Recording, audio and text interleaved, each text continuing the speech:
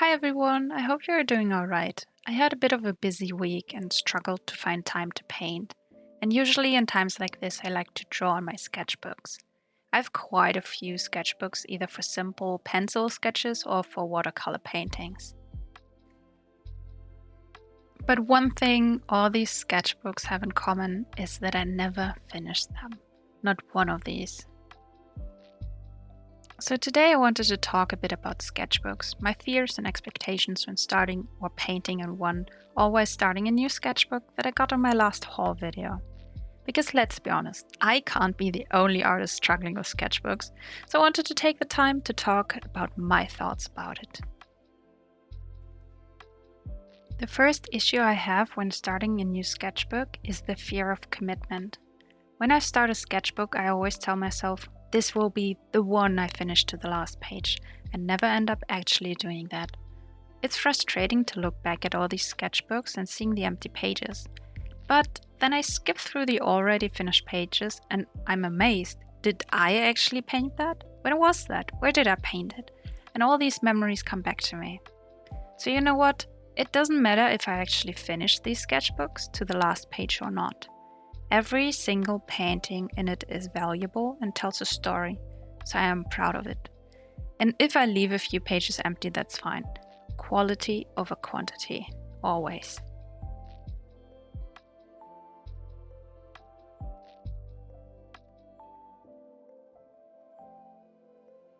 And this fear of commitment is directly linked with the too high expectations I set for myself when I start a new sketchbook.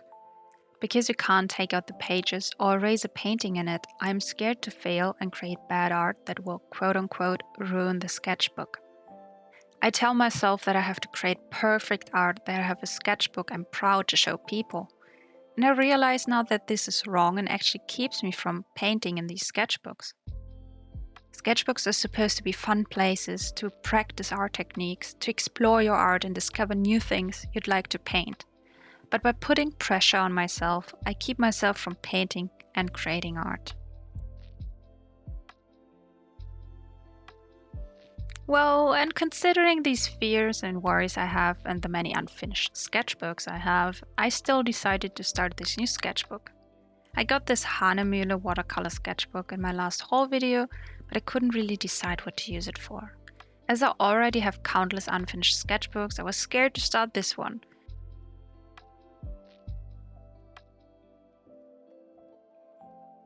So as always, I prepped myself for painting by taping the edges of the sketch to have clean edges and not to have to worry about it getting messy.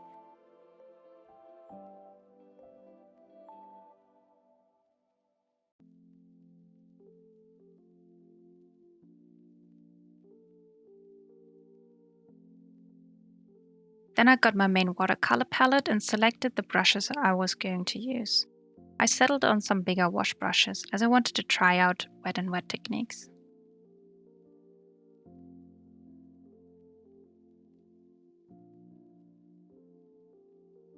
So for this new sketchbook, I'm trying a new approach and try to incorporate a better mentality. I can't promise that this will be the sketchbook I will paint from start to finish, but that's exactly what I don't want to do. Put pressure on me and create fear. I want this to be a sketchbook to practice and explore new techniques and styles. As I was painting the first wet and wet layer, I started to get worried. I had a hard time to get a clean wash, but as I was trying to stay positive, I kept going.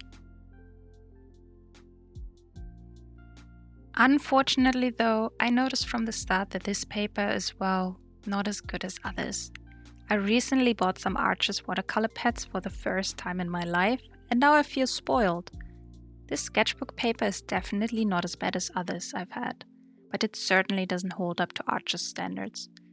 I initially wanted to use wet and wet techniques, but quickly realized that that's not gonna be possible here.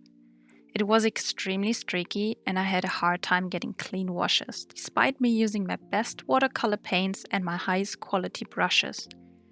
So I cut my losses and let the existing layer dry completely, and then worked layer to layer to create something I was, well, content with.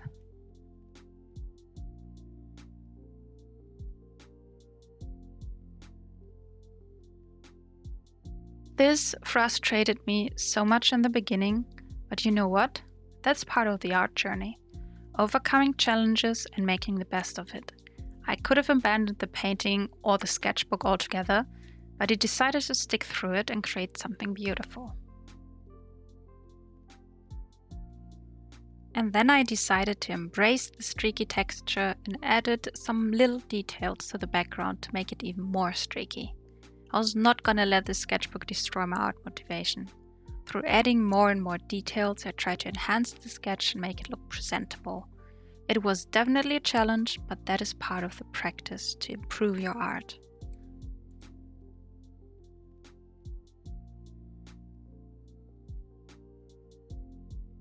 Then I used 3 different colored pencils, black, red and blue, to add more contrast and details to the painting. The initial sketch was also done with the blue and red pencil, so I thought it would look good to keep the whole painting in those 2 colors.